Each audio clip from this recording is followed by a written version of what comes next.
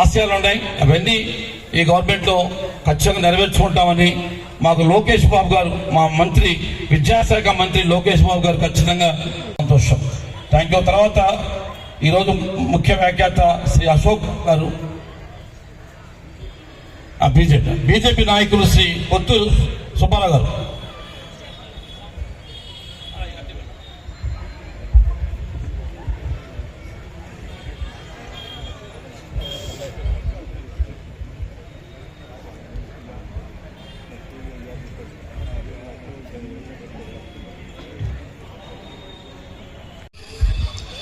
దేశ భవిష్యత్తును మార్చేటువంటి టీచర్స్ కొన్ని విషయాలు నేను వింటూనే ఉన్నాను.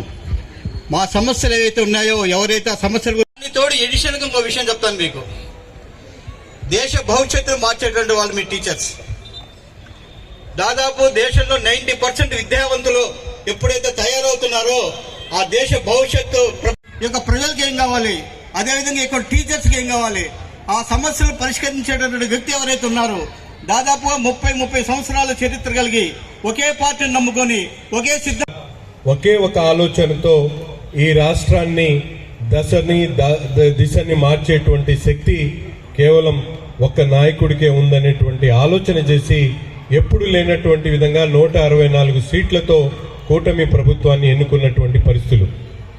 ఈరోజు ఈ 8 నెలల్లో ప్రభుత్వం ఏర్పడ్డ తర్వాత చెప్పినటువంటి మాటలన్నీ కూడా ఒక్కొక్కటి నెరవేర్చుకుంటూ రాష్ట్రం ఉన్నటువంటి పరిస్థితులు మనందరికీ కూడా తెలుసు. గుంతల రోడ్లతో పాటు ఈ రాష్ట్రానికి రాజధాని ఏది అంటే మనలో ఇక్కడ ఉన్నటువంటి 30-40 సంవత్సరాల అనుభవం ఉన్నటువంటి టీచర్లు కూడా చెప్పలేనటువంటి పరిస్థితుల్లో గత 5 సంవత్సరాలు ఉన్నటువంటి పరిస్థితులు.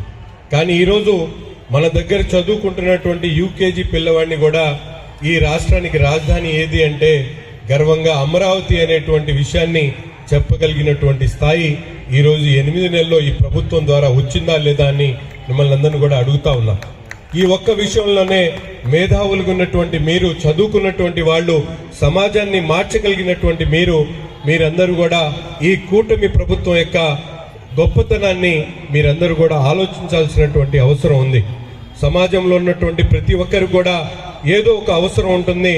దాన్ని వారికి వారు నాకు ఇది రాలేదు, నాకు అది జరగలేదు అనేటువంటి విషయాన్ని కాకుండా సమాజ హితం కోసం, సమాజ అభివృద్ధి కోసం, సమాజంలో ఉన్నటువంటి అన్ని వర్గాలకు కావాల్సినటువంటి విషయాల మీద దృష్టి పెట్టి ఈరోజు సామాజిక పెన్షన్లు కానీ, అన్నా క్యాంటీన్లు కానీ అటువంటి కార్యక్రమాలు చేస్తూ ఈరోజు చంద్రబాబు నాయుడు గారి నాయకత్వంలో దేశ విదేశాల నుంచి మనందరి పిల్లలు భవిష్యత్తు కోసం, వారి ఉద్యోగాల కోసం అహర్నిశలు కృషి చేస్తూ 22 లక్షల మంది ఉద్యోగాలు కల్పించేటువంటి కార్యక్రమాన్ని కూడా ఈ ప్రభుత్వం తీసుకున్నటువంటి పరిస్థితులు.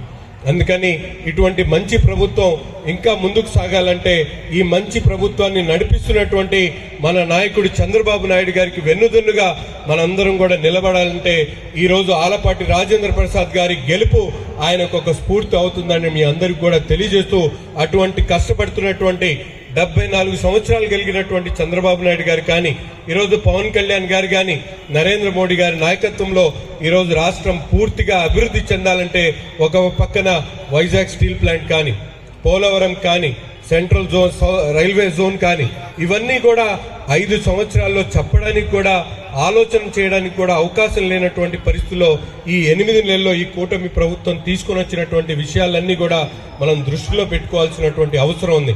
అందుకని ప్రతి ఎన్నిక కూడా పార్టీకి కానీ, పార్టీ కార్యకర్తలు కానీ, అలయన్స్ లో ఉన్నటువంటి పార్టీలన్నిటి కూడా ముఖ్యం. కాబట్టి పార్టీ నాయకత్వం యావత్తు కూడా ఈ ఎన్నికల్ని ఒక యజ్ఞంగా తీసుకొని ప్రతి ఒక్కరు కూడా ప్రతి ఓటర్ దగ్గరికి వెళ్ళి వారి విరివిరిగా వారి దగ్గర నుంచి ఓట్లు అడిగి తప్పకుండా 80% ఓట్లతో ఆలపాటి రాజేంద్ర ప్రసాద్ గారి గెలుపుని మనందరం కూడా సాధించాల్సినటువంటి అవసరం ఉందని చెప్పి తెలియజేస్తూ, దీంట్లో ప్రత్యేక పాత్ర పోషిస్తున్నటువంటి ఉపాధ్యాయులు ఈరోజు ఎంతో కష్టపడి, ఇప్పుడే పెద్దలు రవీంద్రబాబు గారు చెప్పాడు, కరోనా లాంటి సమయంలో అదే చంద్రబాబు నాయుడు లాంటి నాయకత్వం ఉంటే, ఆయనే ముఖ్యమంత్రి అయితే మిమ్మల్ని ఏ విధంగా ఆదుకునే వాళ్ళో మీరందరూ కూడా ఒక్కసారి ఆలోచించాల్సినటువంటి అవసరం ఉంది.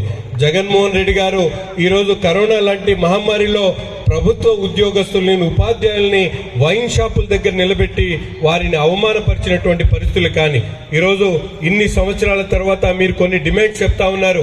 వాటి మీద ఈ వేదిక మీద ఉన్నటువంటి పెద్దలు, ముఖ్యంగా అశోక్ బాబు గారు సుదీర్ఘ కాలం పాటు ఉపాధ్యాయ సమస్యల మీద మన పెద్దలు, అలాగే రామకృష్ణ గారు, ఆనంద్ బాబు గారు, వీళ్ళందరూ కూడా ప్రభుత్వ దృష్టికి తీసుకొని వెళ్ళి తప్పకుండా మీ డిమాండ్ ఏదైతే ఉందో హెల్త్ కార్డుకి సంబంధించి తప్పకుండా ఈ ప్రభుత్వం దాన్ని నెరవేరుస్తుందని చెప్పి కూడా ఈ సందర్భంగా ఆశాభావం వ్యక్తం చేస్తూ మీరందరూ కూడా రేపు 27వ తారీఖున జరగబోయేటువంటి ఎన్నికల్లో తప్పకుండా మొదటి ప్రాధాన్యత ఓటును మనందరి అభ్యర్థి సుదీర్ఘ కాలం పాటు విద్యార్థి దశ నుండి రాజకీయాల్లో ఉంటూ అనుభవంతో పాటు ఒక మంచి వ్యక్తిగా, అందరితో పరిచయాలు ఉన్నటువంటి వ్యక్తిగా, అధికారం ఉన్నా లేకపోయినా, పదవి ఉన్నా లేకపోయినా ప్రజలతో ఉండేటువంటి వ్యక్తి శ్రీ ఆలపాటి రాజేంద్ర ప్రసాద్ గారు. అటువంటి వ్యక్తిని మనందరం కూడా ఎన్నుకొని తప్పకుండా మొదటి ప్రాధాన్యత ఓటును మీతో పాటు ఉన్నటువంటి టీచర్స్ కానీ, మీ కుటుంబ సభ్యులు కానీ, మీ ఇంటి చుట్టుపక్కల ఉన్నటువంటి ప్రతి ఒక్కరిని కూడా మీరందరూ కూడా తప్పనిసరిగా ఓటుని వారు తప్పకుండా మొదటి ప్రాధాన్యత ఓటును ఆలపాటి రాజేంద్ర ప్రసాద్ గారికి వేసి అఖండ మెజారిటీతో గెలిపించాలని చెప్పి మనస్ఫూర్తిగా కోరుకుంటూ ఈరోజు ఈ కార్యక్రమాన్ని ఏర్పాటు చేసినటువంటి private convents and teachers association అందరికీ కూడా పేరు పేరున హృదయపూర్వకమైనటువంటి ధన్యవాదాలు తెలుపుతూ సెలవు తీసుకుంటా ఉన్నాను.